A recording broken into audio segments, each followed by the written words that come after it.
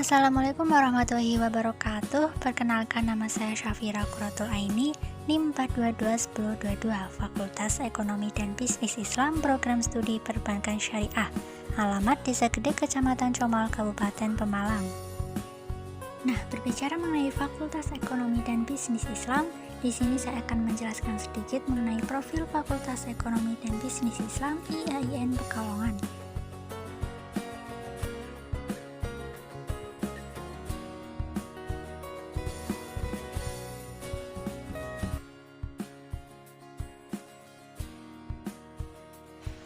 IAIN Pekalongan dulunya adalah bagian dari Fakultas Syariah IAIN Wali Songo. Kemudian pada tahun 1997 menjadi STAIN Pekalongan. Pada tahun tersebut, ekonomi syariah masih menjadi bagian dari jurusan syariah. Kemudian pada tahun 2005 lahirlah jurusan Strata 1 Ekonomi Syariah. Pada tahun 2016 berkembang besar menjadi Fakultas Ekonomi dan Bisnis Islam.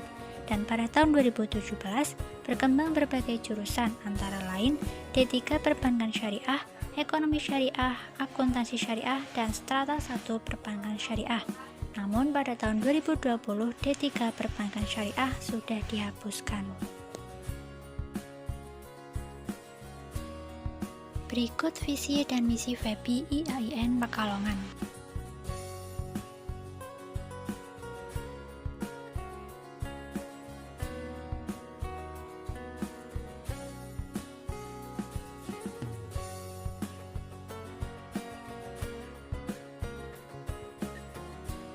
Lebih menjurus lagi ke prodi perbankan syariah.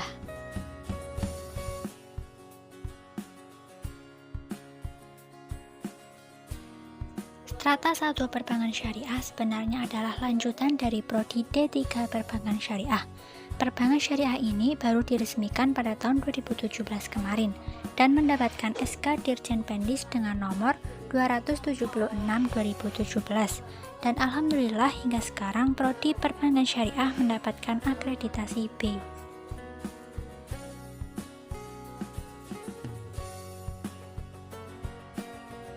Berikut visi dan misi perbankan syariah IAIN Pekalongan.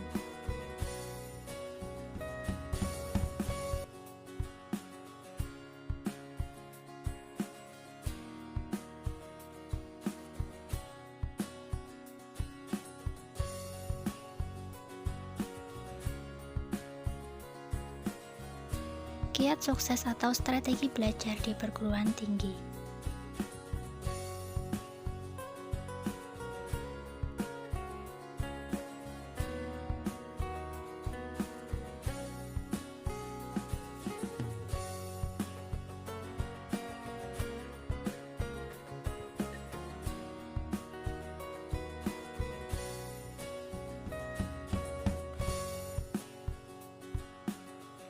Kuliah merupakan investasi masa depan. Mengapa demikian? Karena dengan berkuliah kita akan mendapatkan teknik, attitude, dan experience, serta kita akan mendapatkan pengetahuan yang lebih karena mendapatkan informasi-informasi yang banyak di perguruan tinggi, serta keterampilan berbicara, presentasi, dan lain sebagainya.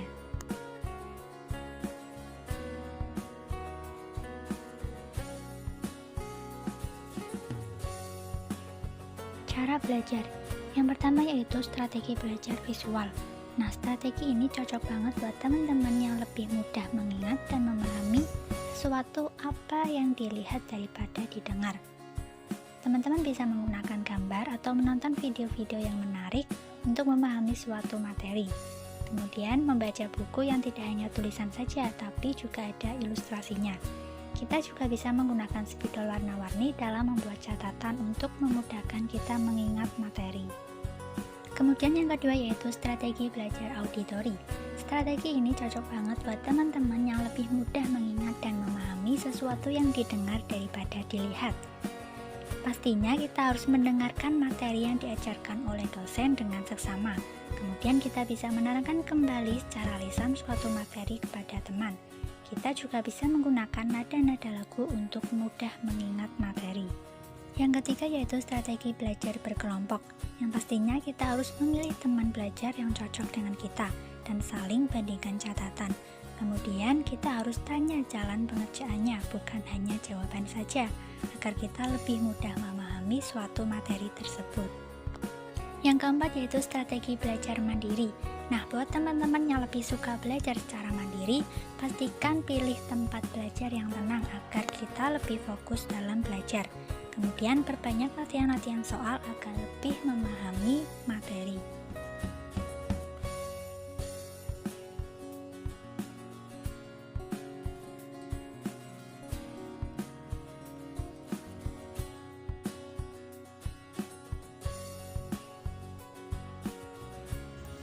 Etika mahasiswa.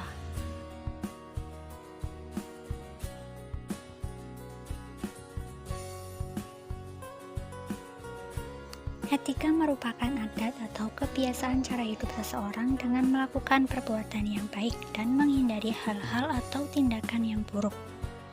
Menaikkan kaki di atas meja, berpakaian tidak sopan, berkata kasar, membuang sampah sembarangan merupakan perbuatan-perbuatan yang tidak beretika. Etika komunikasi adalah norma, nilai, atau ukuran tingkah laku dalam kegiatan komunikasi di masyarakat. Di era digital, komunikasi tidak hanya melalui kertas, pensil, ataupun ballpoint. Ketika menulis status, pesan, ataupun WA kepada teman maupun dosen, diharapkan bisa beretika, yaitu menulis dengan baik dan sopan. Etika berbusana adalah norma, nilai, atau ukuran tingkah laku dalam berpakaian di masyarakat. Tidak harus pakaian yang bermerek atau pakaian yang mahal. Jangan sampai ketika menjadi mahasiswa, gaya berpakaian akan menjadi kompetisi atau perlombaan pakaian bermerek. Yang penting pakaian tersebut menutupi aurat dan sopan.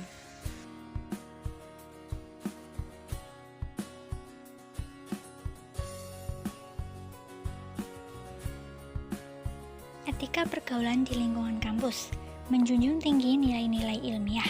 Ketika berbincang atau berdiskusi dengan teman, obrolkanlah hal-hal yang bernilai ilmiah terkait dengan mata kuliah, cara belajar, atau tugas-tugas kuliah. Jangan menggibah atau membicarakan aib dan keburukan orang lain. Yang kedua yaitu mengetahui, memahami, dan melaksanakan peraturan-peraturan yang berlaku di lingkungan kampus. Apabila kita melanggarnya, kita harus bersedia menerima sanksi yang ditetapkan. Kemudian saling menghormati dan menghargai sesama mahasiswa. No bullying. Setiap orang mempunyai kelebihan dan kekurangan masing-masing. Jadi yang dibutuhkan adalah sikap terbuka, bersahabat, dan saling mendukung. Etika pergaulan di luar kampus menjadi contoh yang baik di lingkungan tempat kita berada. Berbuat baik tidak dibatasi ruang dan waktu. Sebagai mahasiswa, kita diharapkan bisa menjalankan etika yang baik di luar kampus, seperti berperilaku dan bertutur kata yang baik dan sopan.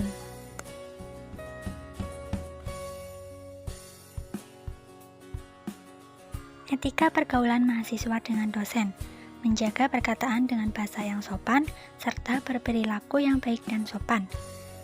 Apabila kita bersikap baik kepada dosen, maka dosen juga akan senang, bersikap membantu, dan memotivasi kita.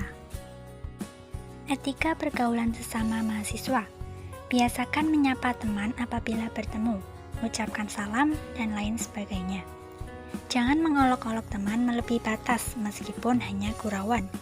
Belum tentu teman yang kita panggil atau kita olok-olok hanya menganggapnya sebagai gurauan. Bisa saja dia tersinggung dan tidak terima dengan gurauan tersebut. Wah, jangan sampai ya. Jaga citra kita sebagai insan terpelajar. Sebagai mahasiswa, kita harus menjadi contoh yang baik.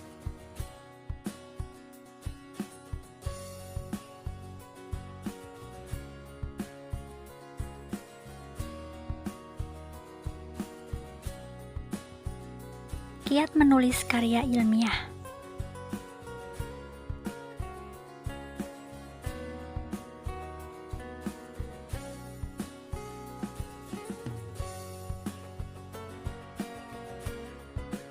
Penelitian merupakan proses mencari kebenaran dengan prinsip-prinsip ilmiah, yaitu jujur, objektif, dan sistematis. Penelitian tersebut biasanya dilakukan oleh akademisi, peneliti, dan lain sebagainya. Metode yang digunakan pun bervariasi, antara lain kuesioner, wawasan, observasi, dan lain sebagainya. Hasil penelitian tersebut kemudian diterbitkan dan dipublikasikan dalam berbagai bentuk karya tulis. Bentuk-bentuk karya tulis tersebut antara lain makalah, artikel, skripsi, tesis, dan disertasi.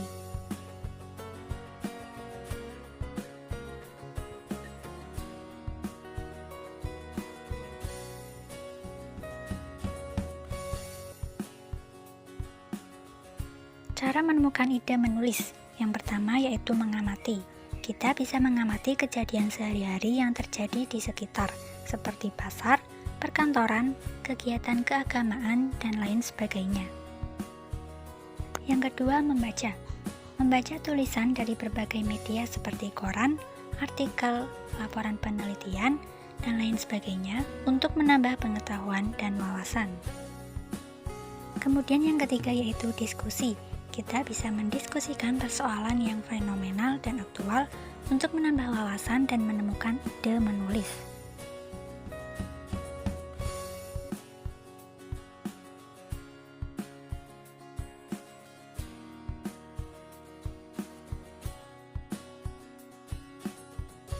Keterampilan menulis. Yang pertama, rajin berlatih. Nah, bisa nih latihan menulis dengan buat status-status di Facebook, Twitter, maupun WA. Tapi dengan catatan harus sistematis, logis, dan ilmiah. Yang kedua yaitu menggunakan referen manajemen.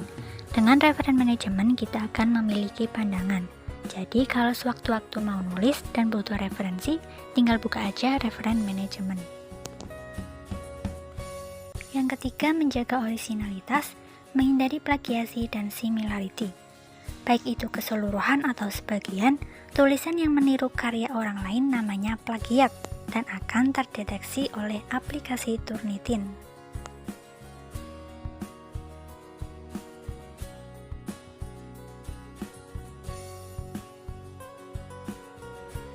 Nah, bagaimana cara menghindari plagiasi? Yang pertama, quote, yaitu jika ada kalimat milik orang lain, maka berilah tanda kutip pada kalimat tersebut. Yang kedua yaitu parafrase. Kita bisa mengutip tulisan orang lain, namun membahasakannya dengan kalimat kita sendiri. Yang ketiga yaitu summarize. Kita bisa meringkas tulisan orang lain, lalu dituangkan ke dalam tulisan dengan bahasa kita sendiri.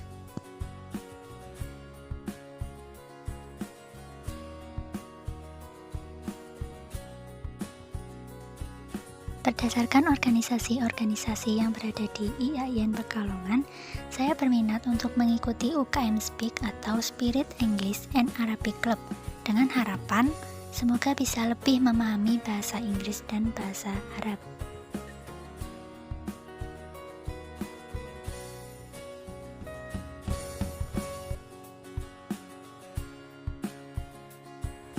Sekian video dari saya guna memenuhi tugas sosialisasi pembelajaran 2021-2022. Apabila ada kata-kata yang kurang berkenan, saya mohon maaf yang sebesar-besarnya. Terima kasih. Wassalamualaikum warahmatullahi wabarakatuh.